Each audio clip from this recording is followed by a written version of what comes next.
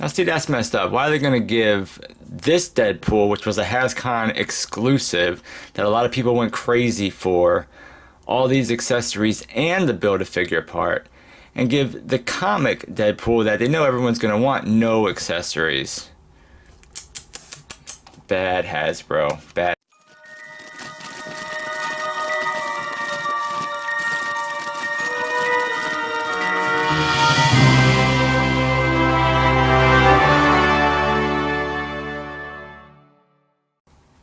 What's going on, my fellow collectors? Jim here with another figure review. We're going to check out the Marvel Legends Deadpool. This is the old classic 90s comic book Deadpool. So this was one that I was excited to pick up. Very first time I have found the Deadpool wave here in the wonderful state of Maryland.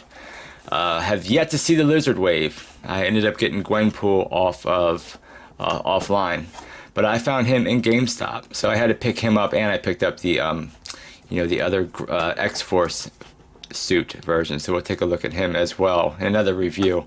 But packaging is what we're used to. Big, open, lonely window. Just a single Deadpool with two little short swords. Very sad looking, very empty looking. Almost feels like when I bought my Old Man Logan Wolverine figure. Just get nothing with it. We do get a cool image on the side, same image on this side. Top of the packaging, you got that. Bottom of the packaging, you got that. As you can see, they're a little bit more expensive at GameStop. Back of the package, you got a cool image of the figure, along with a little bit of a read-up up there. Then, of course, you have the other figures of this Sasquatch wave. And, all of these characters are ones that I would probably pick up. So I might be building the Sasquatch. I don't care about the Sasquatch. I don't even really like it. But I do like all of these characters. I definitely want to get Deathlock and Cable. Definitely. But yeah, that is the packaging. Let's go ahead and crack this Deadpool open and take a closer look. Okay, here's Deadpool out of the packaging. And, overall, it's a decent figure. Of course, it does have its issues. But, if you're looking for a classic kind of comic book style Deadpool, he's going to do just fine. He's going to look good up on the shelf. And I think Hasbro knew that, which is why they, gave him absolutely no accessories except for these two katanas. I think they knew that just a lot of people love Deadpool, and he's just one of those characters that's going to sell regardless, But he does come with the two very small little swords, and they're done pretty plain, no paint whatsoever, just kind of molded in that silver color and put a little bit of paint on the handle here, a little bit of sculpted diamonds in there and some lines. So, but I mean, it's not bad. They just look a little bit funny because they're so short, but I do think that it's a little bit accurate.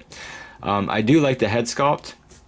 I think the head sculpt looks really nice. I like that we have the same look, and it's not that like silly one eye all wide and one eye all small like they always want to give Deadpool. But I think just the overall shape of it looks really good. You can kind of see his ear, you can see his nose and his chin. Very cool. He does have this harness piece that has the sheath on the back that does hold the swords nice and well, and they're not going to go falling out of there. It is a loose separate piece. It doesn't fit on him very well though. Like, you're always messing with it.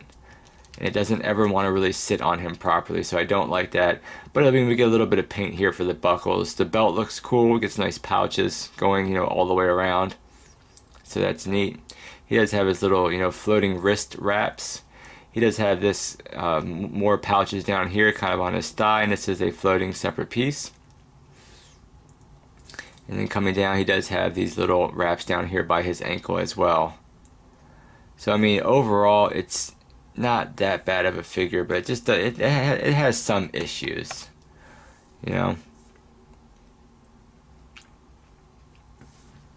And coming up the back of the figure,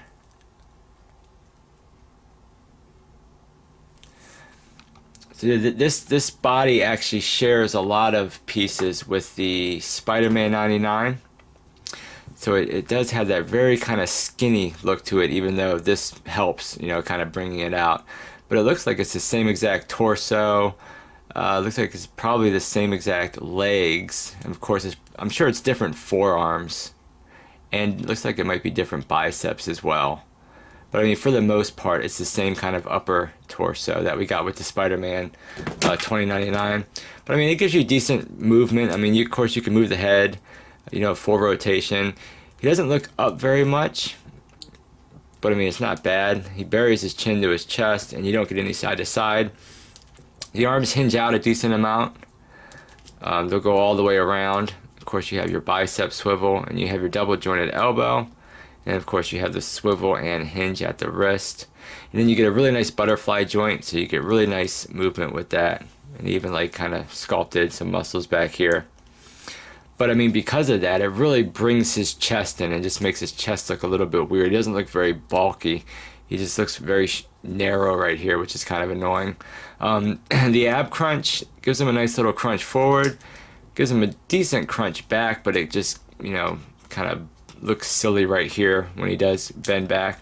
You do have the waist twist, of course. Legs kick out only about that much. Kick forward, kick back. You do have your thigh rotation. You do have your double jointed knee, which gives them good range there. You have that ugly, you know, boot swivel that just breaks the scalp up really bad. Then you have the hinge that brings the foot way back, way, you know, decent amount forward, and you do have the forward facing pin for rocker. Of course, he has those silly duck feet, just like we had on the 2099. I don't like the shape of those feet. I don't know what it is. So I mean, it's got decent movement to it, especially that butterfly joints. I mean, that's awesome. You're gonna be able to bring his arms way back.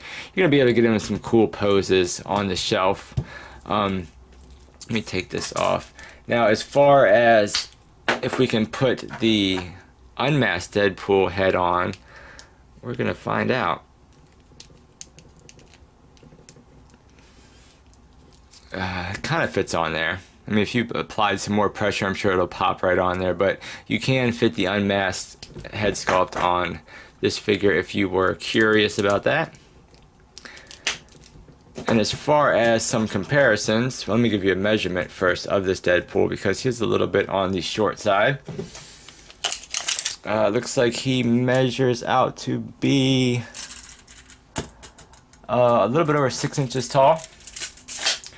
And as far as some comparisons, here he is with the, what was this, the Juggernaut Wave Deadpool figure.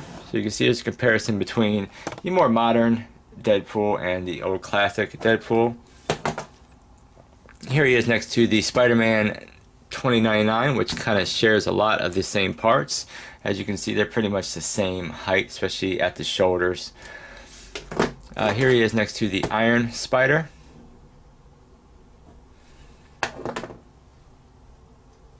And here he is next to Bullseye.